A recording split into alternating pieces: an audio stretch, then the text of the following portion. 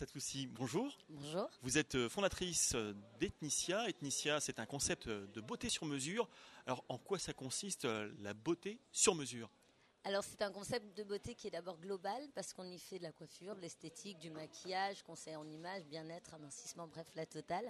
Et qui est sur mesure parce qu'on part du principe que personne ne se ressemble et qu'à partir de là, chaque personne est singulièrement différente. Donc on fait vraiment du sur mesure en fonction des envies de la personne qui est en face de nous.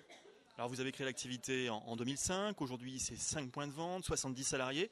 Puis alors là, vous innovez totalement pour accroître votre réseau. Expliquez-nous de quelle manière vous allez ajouter 100 points de vente d'un coup.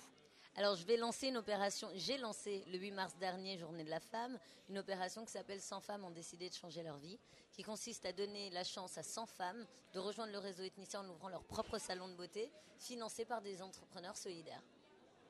Alors, en ce qui vous concerne, quel est votre parcours d'entrepreneur? Comment est venue l'idée, le concept, puis la mise en œuvre d'Ethnicia?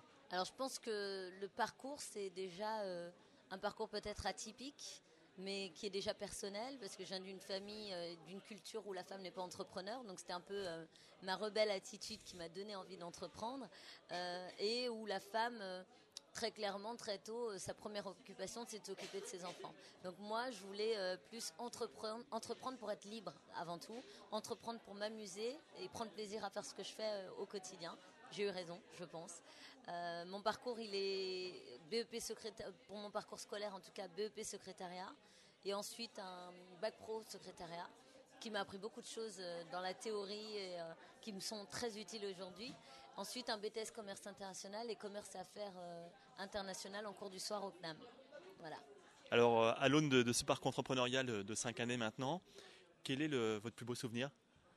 Mon plus beau souvenir, c'est mon père qui vient à l'ouverture de mon salon de l'avenue de l'Opéra, qui regarde et qui dit c'est pas possible, c'est pas ma fille qui a fait ça, j'ai mis au monde un homme. Parce que dans notre culture, un homme c'est celui qui entreprend et il venait de réaliser que c'était possible aussi que les femmes puissent entreprendre. C'est mon plus beau souvenir parce que mon père c'est un peu mon héros. Voilà. Absatoussi, je vous remercie. Merci à vous.